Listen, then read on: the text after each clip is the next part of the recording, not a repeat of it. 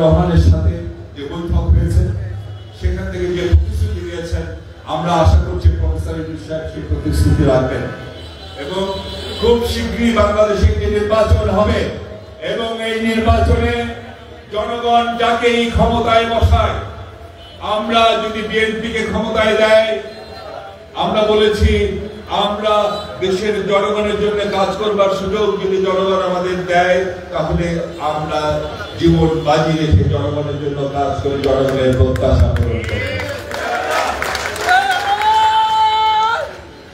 আর যদি জনগণ অন্য কাউকে রাষ্ট্র ক্ষমতায় দেয়, আমরা তাদের সাথে থেকে শহীদের স্বপ্ন বাস্তবায়ন করার জন্য লড়াই করব। ঠিক আছে?